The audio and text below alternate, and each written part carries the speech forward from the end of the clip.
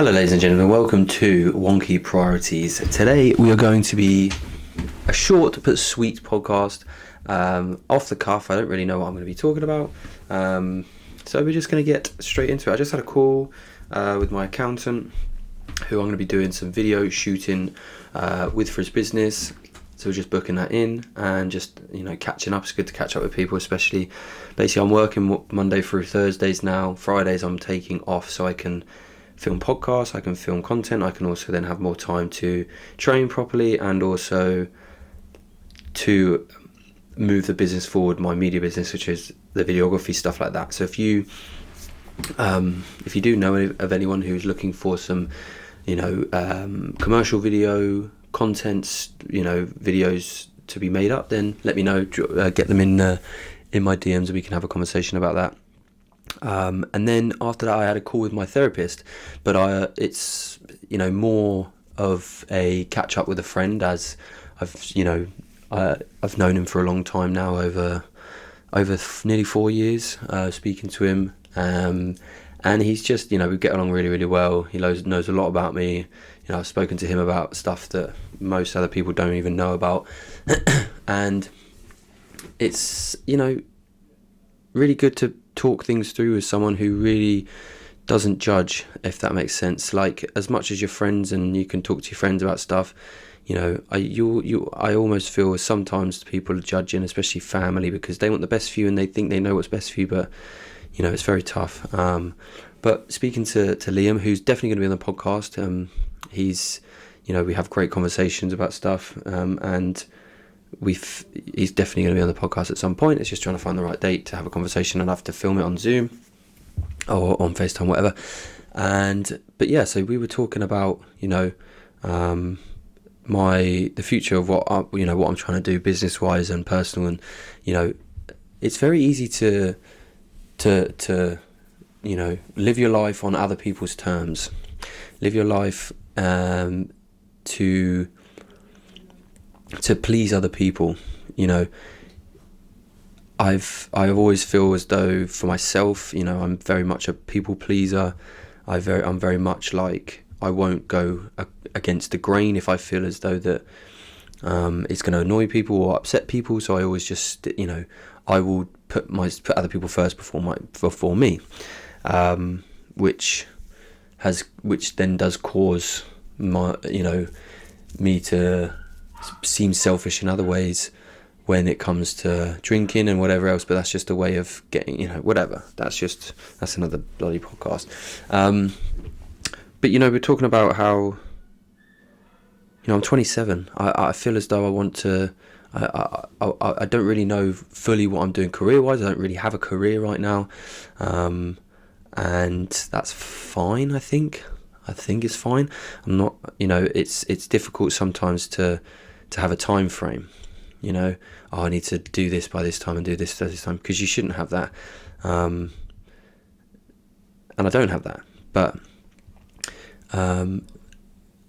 having people, having people who, or living life. Sorry, I'm going around in circles. Living life on other people's terms. So, my parents wouldn't want me to do that, or they don't think that's the best for me, so I'm not going to do it. But realistically, they're not the ones who are living that. They're not the ones who are actually going to be reaping the benefits or the negatives from that decision, right?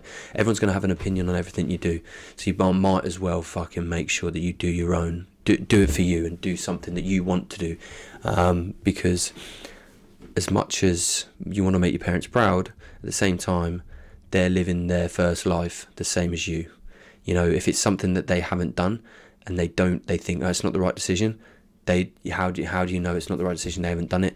They don't really have the experience to say yes or no to that. They can obviously give their experience, and more times than not, my dad, when I've spoken to him about something and I've gone against what his advice has, most of the time it's the wrong thing, right?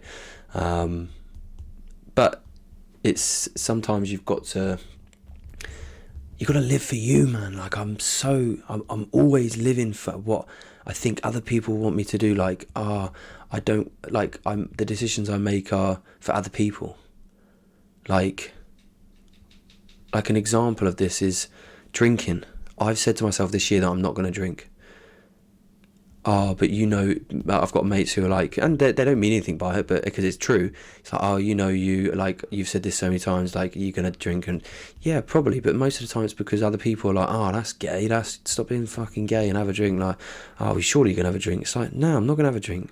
Like, I'm the worst at it because I'm the antagonizer most of the time, or, I'm normally the person who's like, yeah, let's get a drink in or whatever, and I'm trying to get away from that, and it's got to start with myself, and I've got to be solid in myself and solid in my decision that I'm not going to drink. That's just an example of what I'm saying. Like, I want to not drink, I want to be healthy and not drink and feel good in myself the next day, and I don't need to drink. And then as soon as someone says, oh, go on, have a drink, come on, you have a drink, and then I'm like, oh yeah, fold like a fucking piece of tissue paper. So it's just like, you've got to have some integrity, and I feel like I have a lot of integrity, but then I just fall short when it comes to other people because I feel like I need to impress or please people with whatever it is, and my mood is based on other people's. If people around me are in a mood, I take it on and I feel so bad, whether that links to childhood, growing up in a household early when my parents weren't getting along and arguing and screaming and shouting, being whatever, different stepdads throughout the years, and had people having different, always having to blend in, always having to just do what it is to get by and make sure that I'm not causing an issue. Where my sister, Mother Russia, we're gonna call her Vladimir from now on, okay?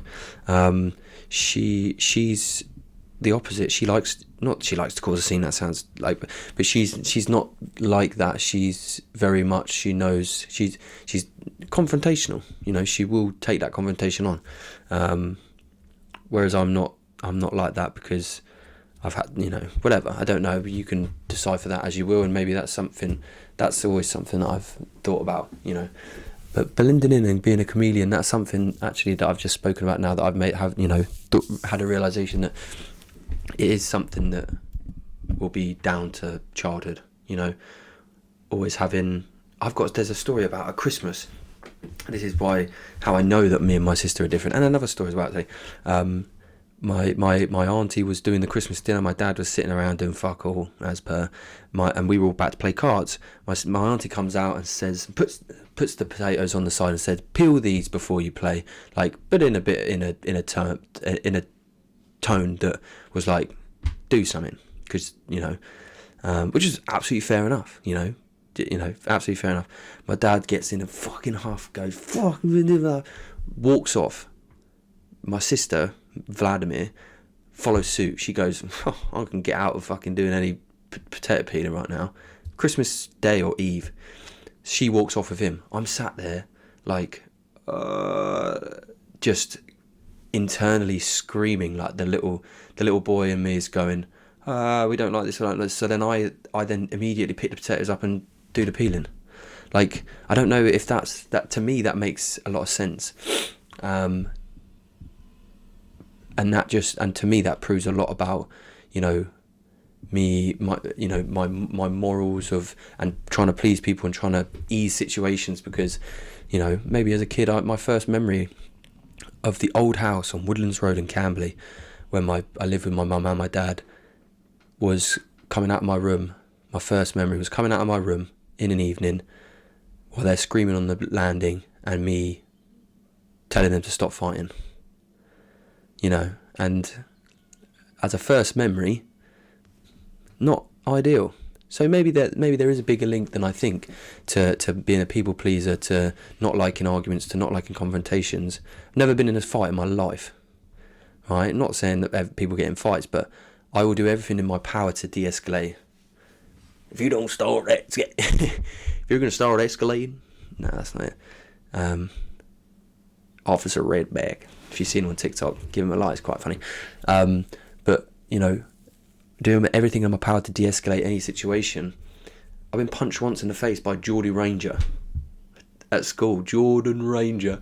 I was going, Geordie, all of PSHE, Geordie, and then literally in the cage at Collimer College, shout out the hometown. He just smacks me. he just clocks me, and then he's standing there. I'm like, what the? I was just messing about. We were in year 8 or 9 or something like that. Funny, but that's the only time I've ever been in a scrap. I hate it. I can't deal with it, and I don't really know, what I would do in that situation. I don't really know what would happen. Very rarely do I feel this red mist. I feel this, like, my heart. I feel if something annoys me, but very rarely does that happen nowadays. Used to be angry kid. Now I'm suppressed angry kid. Now it's just going to come out once, and I'm going to end up going to jail or something. I've gone around in circles. Another one, my sister, being the criminal that she is, Vladimir, and my dad. We used to get, when on my dad's weekend, because he used to pick us up every other weekend, he would we would go TGI Fridays in Guildford, and the amount of times that, well, a couple of times he would try and say, I forgot my cards, I forgot this, and I'd be panicking. And one time my dad paid for it without telling us, and said, right, let's go, I haven't got my cards, we're going to have to do a runner. Before he's even finished that sentence, he's got up off the table and started running out. Without even a moment's thinking, my sister is out of the door before him. I'm there like genuinely panicking that I'm going to get arrested for life for running out. Bearing in mind, I'm not in charge of myself. I'm literally probably 8 years old or something at this point. But it just shows that there's, somewhere along the line, I have picked up some, morals, whereas Vladimir has zero. No, I'm joking. Not that she'd ever listen to this. But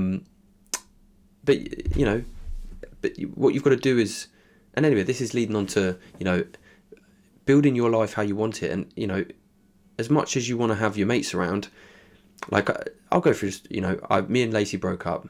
I was living up north. I moved back down south.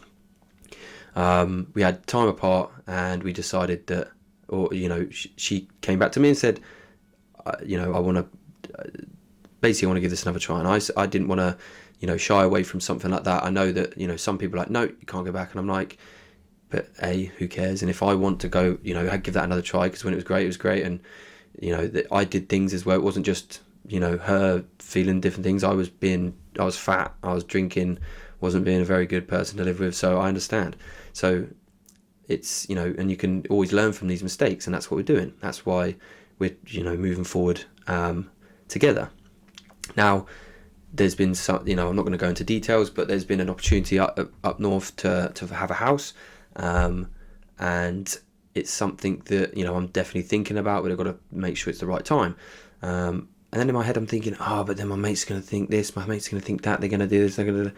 And my mate George, we work with, he said it best. He was like, everyone's going to fucking move on at some point, whether it's at 25, whether it's at 20, whether it's at this or that, you'd always have your mates, and that's the beauty of golf. And I'm going to go, well, I'm sure that I play golf, and we'll go on to that.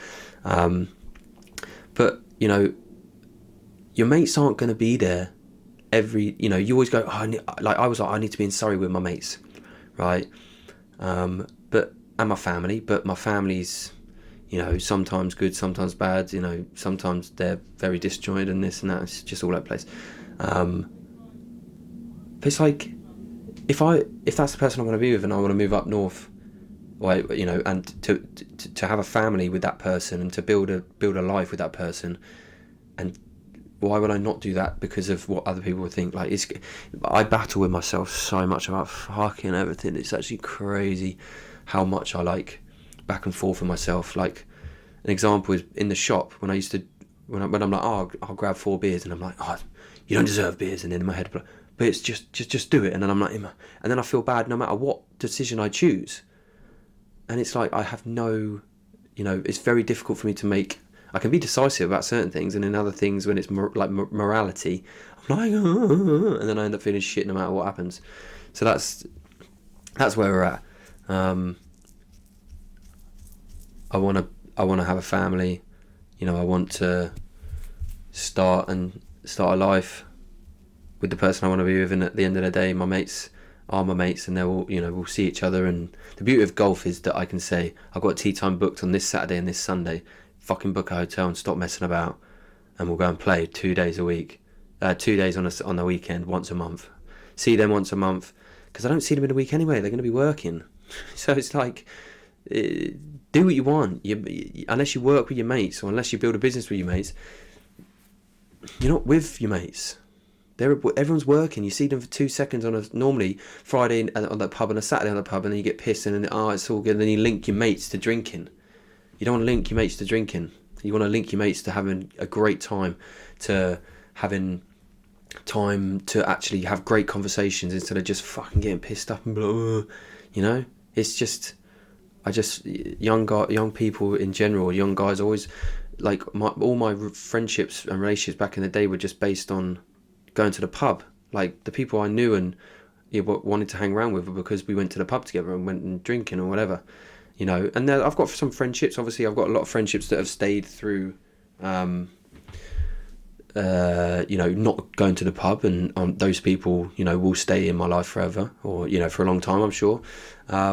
But you're never going to hang out. You're never going to hang out the same amount of time with your mates as you do when you're in your fucking 20s, 19, 20, when you're working. Like I was working and earning, £500 a week, £600 a week, and I was getting paid at the end of the week. Like, pay me £500 on a Friday. Do you think I'm gonna be having 500 quid at the end on Sunday night? Fuck off!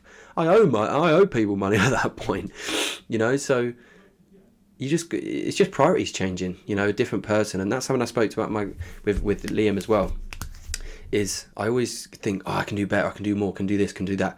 It's like for me, I've been in and out of shape, blah blah blah. Never had money saved. I've always been drinking or doing whatever. I've always had other things that I feel are more, and I'm just feeling shit. Like food's up and down. At the moment, I'm training all the time. I'm running. I'm actually being disciplined with that. I haven't had a drink in 2 months, and I don't want to drink this whole year. And it's like when you think, my dad, my dad or my mum, or it's like, I could be way worse. Like, I could be drinking every weekend again, and I could be not really working and not really like committing to work or committing to a business or whatever. I could be doing all this, but I'm not. I'm actually working hard. I'm training hard. I'm trying to be the best person I physically can be. And it's like, sometimes you just got to give yourself a pat on the back. But that's dangerous, because then you're like, I just have a drink. Because that's normally what I resort to, but I don't do that anymore. Anyway, I feel as though I've talked about a lot. Hopefully some of this makes sense. I've gone round in circles. I had 2 strong coffees this morning, and I just come back from a call. Well, I've just got off a call with Liam where we basically go around in circles, or I go around in circles after a coffee. So hopefully this made sense. Hopefully, if you're new here, listen out for the podcast with Liam. He's a therapist. He helped me through a lot. I lived in Worcester and all that sort of stuff, and all the stuff I've gone through. So we can have a really good conversation on the podcast, and that'll be good listening. If you are in Worcester or even anywhere, and you like how Liam thinks and how he talks or whatever, and you feel like you'd click with him, we can jump on. I'll sort details out, and you can go and cross, and you can work with him if you feel like you need to work with him. Obviously, I'm not just saying work with him, but he's a great guy, genuinely one of a close friend of mine, someone who I've confided in a lot more than a lot of people, just because I feel like sometimes you feel like you can with some people and can't with some other people, But yeah, anyway, talking about golf, Jake Knapp, the absolute looks like he's Australian, but he's actually American. He shot a 59. Do you understand how much skill it takes to shoot a 59, even over 18 holes? 9 holes. I've got friends who are, scraping 59 on the front 9. The joke is, I shot 59. Well, no, I shot I shot an 85, and then I started the back 9. My best ever score is an 80. Right? He shaved 21 shots. 21 shots. He would have to. Oh my god, he would have to give me 21 shots if I was playing my best. That is absolutely mental. His swing is the smoothest swing ever. but he became the 15th player to record a sub 60 round in a PGA Tour event history when he shot a 12 under par in one round, 59 in I don't know how to do that, Cognizant Classic in Florida. He's world number 99. This just shows with golf, some days you can be sometimes maybe good or sometimes maybe shit there. You know, some days it's going to be a day, some days it's not. He said, I knew how I had it going pretty early, but that can happen and then it can fizzle out pretty quickly. It's just about shot by shot. As soon as you can get, if you can have a bad shot and then forget about it and play the next one, normally you'll play a better shot or a good shot. If you suddenly like, I fucking hate golf, which is an impression of me. Yeah, it's not great. Played Silvermere Golf Club recently. Played it with a couple of the boys. Very boggy, and some temporary greens. Nothing infuriates me more than temporary greens. I don't know what it is. I don't know why. It infuriates me. Something trips in my mind, and oh fucking hell, 3 temporary greens. I could have had a. I threw my driver, 1 driver throw, 3 temporary greens, 1 ball in the water, 1 birdie and a partridge in a fucking pear tree. Anyway, this was this week's condensed, quick podcast. Hopefully you've listened. Hopefully you've maybe used some of my experience and my explanation of my experience. I almost did the explaining on the podcast. So, hopefully you can get something from this. Hopefully you've gained some insight into how I think about stuff, and maybe you can help. You can think about stuff in the same way. But yeah, listen out for the next episode of Wonky Priorities with Quinn, with moi. I will be having some guests on soon. It's just trying to find the time and doing some stuff, because this is easy. Setting it up with someone else is not as easy, but it is better content to have a conversation. And I just feel like I'm talking to myself at this point, which I am, really. Anyway, all the best. God bless. I don't believe in him, but all the best. God bless.